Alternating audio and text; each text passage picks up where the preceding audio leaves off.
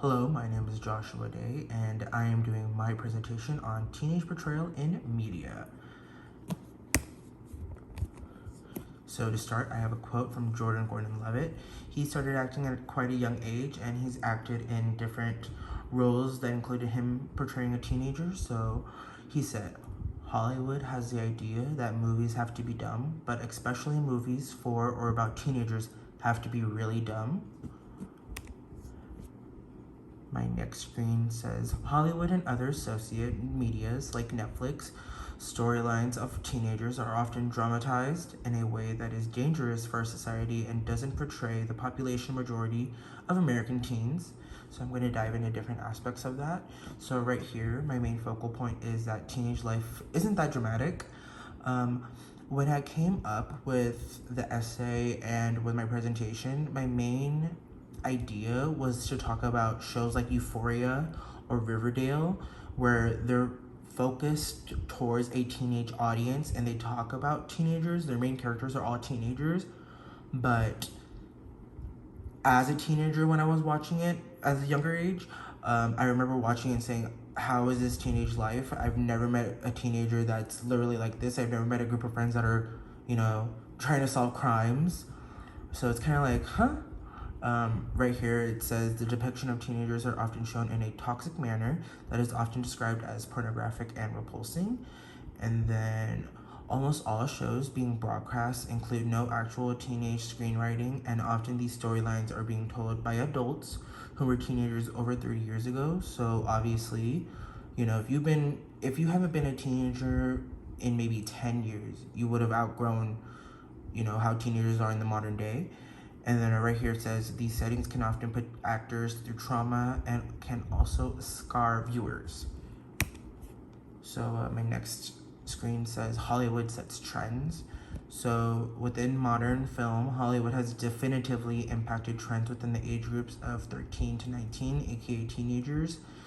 The trends could be from what people wear and what is associated with being a teenager to what drugs are being talked about and what's being consumed as teenagers. And then trends from movies like Project X and Euphoria dramatize and involve teenage drug usage in a manner that makes it seem much more common than in actuality.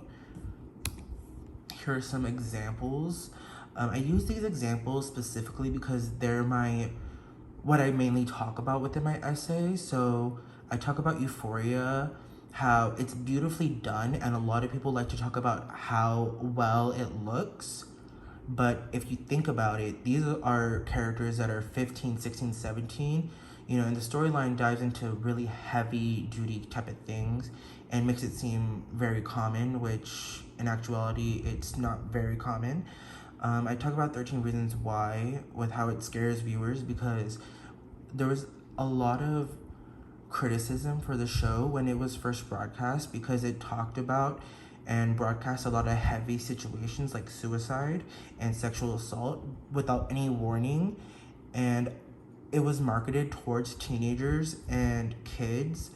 So when they viewed that, they didn't know what was going to come on the screen next and were very scared, And then kids. Kids was a very big topic of mine. The movie talks about a group of teenagers set in, I believe, New York, and it talks about very heavy situations like drug usage and specifically HIV, which is a very heavy topic, especially when it deals with the teenagers. So yeah, a lot of these are very heavy things with that I talk about within my essay. And then my next thing is, why are adults playing teenagers? So in lots of shows, from Glee to Pretty Little Liars to Riverdale, actors are in their late 20s to 30s and they're playing 15-year-olds, which does not make sense. It could cause a lot of body dysmorphia issues for growing teenagers because they won't see accurate depictions of teenagers on TV. You're not going to see a 30-year-old have acne that a 15-year-old would have because they're not going through acne, They're considered perfection on TV when teenagers aren't perfection. You're going through acne, you're going through growth spurts, different things like that. So here are some examples.